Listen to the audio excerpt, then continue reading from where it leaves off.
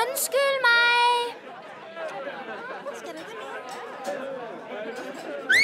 Mine ører! Mit hår! Undskyld mig.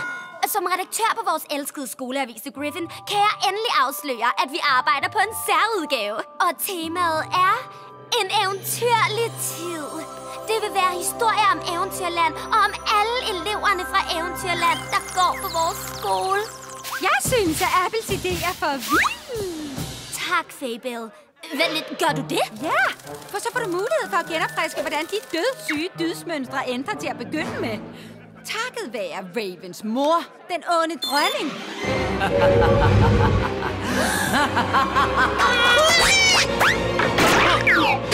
Ikke igen!